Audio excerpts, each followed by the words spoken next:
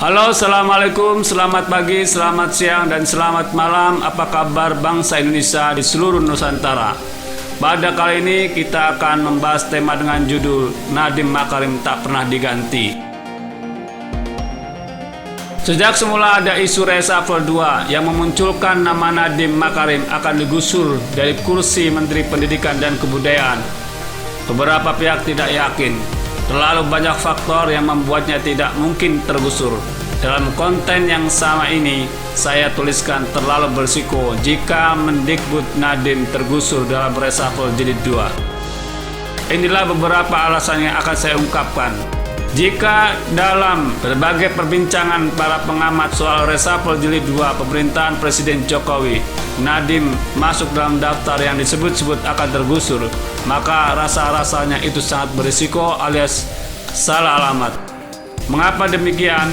Ada beberapa faktor penting yang menjadi pertimbangan jika sang Mas Menteri tersebut harus tergusur dari kursi Menteri Pendidikan dan Kebudayaan. Kendati memang banyak pihak yang melakukannya jika Kementerian Pendidikan dan Kebudayaan digabung dengan Kementerian Riset dan Teknologi yang nantinya akan menjadi Kemendikbudristek sebagaimana yang sudah disahkan DPR RI. Menyimak perjalanan Nadiem sebelum Nadiem didudukan jadi Mendikbud, kita ketahui bahwa setahun sebelumnya sudah intensif melakukan diskusi dengan Presiden Jokowi. Hal ini pun dia ungkapkan dalam berbagai kesempatan, yang salah satunya saat berbicara dalam acara Indonesia Millennial Summit 2020 di Tribrata, Jakarta Selatan. Nadiem mengatakan diskusi antara dirinya dengan Presiden Jokowi telah berlangsung selama setahun. Ini menandakan bahwa keterpilihan Nadiem sebagai Mendikbud memiliki dasar yang kuat, tidak sembarangan dan sangat hati-hati. Publik juga menandai bahwa keterpilihannya benar-benar dari jalur profesional yang tidak punya bargaining politik apapun. Keprofesionalan Nadiem pun sudah sangat teruji, bukan saja secara nasional, bahkan menggetarkan dunia internasional.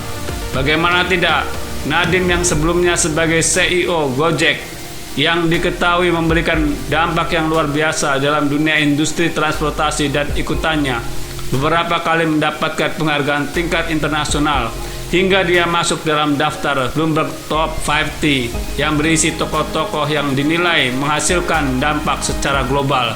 Dia juga memperoleh penghargaan dari Nikkei Asia Press di kategori inovasi ekonomi dan bisnis di Tokyo, Jepang. Kebrilianan Nadiem yang dibuktikan dengan berbagai inovasi berbasis teknologi yang membuat berbagai lompatan perubahan menjadi kekuatan yang dibutuhkan dalam pendidikan. Persoalan link and match yang sudah puluhan tahun diperbincangkan di dunia pendidikan sebelum-sebelumnya mulai terlihat dengan berbagai gebrakannya di dunia pendidikan Indonesia, baik dari tingkat dasar hingga pendidikan tinggi sejak dia menjadi menteri. Nadiem juga diyakini Presiden Jokowi sangat mengetahui dan memahami skenario kebutuhan profil SDM hingga 2042 mendatang. Saat Indonesia dicita-citakan sebagai negara maju, Nadiem juga sangat mengerti visi Presiden yang mengatakan bahwa tidak bisa lagi dengan pola bisnis usual alias begitu-begitu saja, tapi perlu gebrakan, inovasi, dan keberanian.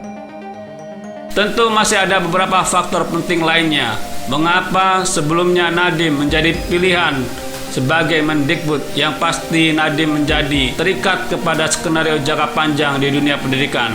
Padahal jika dihitung apalah yang sudah dia lakukan dalam masa kerja yang baru 1,5 tahun ini, tentu baru sedikit alias beberapa persen dari grand strategi jangka panjang tadi. Skenario bisa-bisa akan terputus. Oleh sebab itu, sangat berisiko jika Nadiem Makarim tergusur dari dunia pendidikan yang baru dia rintis dengan pola-pola baru. Perubahan yang dilakukannya mungkin baru di tataran fondasi pendidikan masa depan. Bahkan sangat mungkin fondasi ini pun belum selesai dia bangun bersama jajarannya yang sangat kental dengan era digitalisasi. Banyak hal yang dia mulai sosialisasikan, bahkan masih dalam tataran perubahan paradigma pendidikan. Dan beberapa gebrakannya dari mulai Merdeka Belajar, Kampus Merdeka, Kampus Mengajar, dan lain-lain baru mulai dilaksanakan. belum sampai kepada tahap hadid yang akan menciptakan perilaku baru dalam pendidikan. Maka sangat disayangkan jika sampai terjadi pergantian Mendikbud saat ini, kecuali jika adanya puting beliung politik sangat amat kuat sehingga membuat posisi Presiden Jokowi tak dapat lagi memilih, kendati hak prerogatif penggantian Menteri Kabinet ada di tangan Presiden. Tentu jika hal ini terjadi, maka arah pendidikan yang tadinya sudah mulai menyesuaikan ke tantangan global akan kembali ke dasar.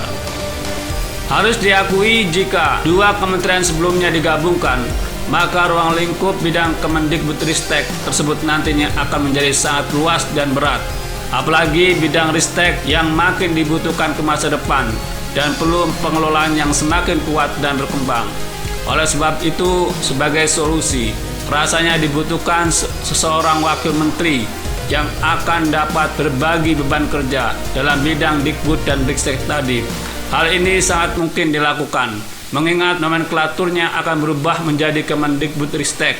Tentu semua itu memang tergantung dari kebijakan yang akan ditetapkan Presiden dalam menjabarkan lanjutan dan keputusan penggabungan tersebut. Namun demikian, apapun yang menjadi keputusan Presiden Jokowi yang sangat diketahui sangat berpihak pada kepentingan rakyat dan bercita-cita membawa Indonesia menjadi negara maju, tak perlu lagi dikhawatirkan. Presiden memiliki keberanian untuk tidak populer, asalkan sangat bermanfaat bagi rakyat, dan itu sudah dia buktikan selama pemerintahannya hingga periode kedua ini. Semoga pendidikan terus maju dan SDM milenial Indonesia nantinya siap bersaing di tataran global. Dan ternyata setelah Presiden melantik Nadiem Makarim menjadi Mendikbudristek, tak perlu juga dibantu oleh Wakil Menteri. Presiden Jokowi sangat meyakini Nadiem Makarim mampu menanganinya. Kendati Ristek menjadi beban kerja yang cukup berat dan tantangannya sangat besar ke depan ini. Mbak Gayung bersambut, Mas Menteri mengungkapkan hal yang sangat meyakinkan kepada media usai dilantik, bahwa Ristek itu justru merupakan bidang yang sangat dekat baginya selama ini. Dan Mas Menteri berjanji, dia akan bekerja keras dengan tulus, luar biasa. Nah, bagaimana menurut Anda? Silahkan ketik kolom komentar di bawah dan jangan lupa subscribe channel ini. Terima kasih.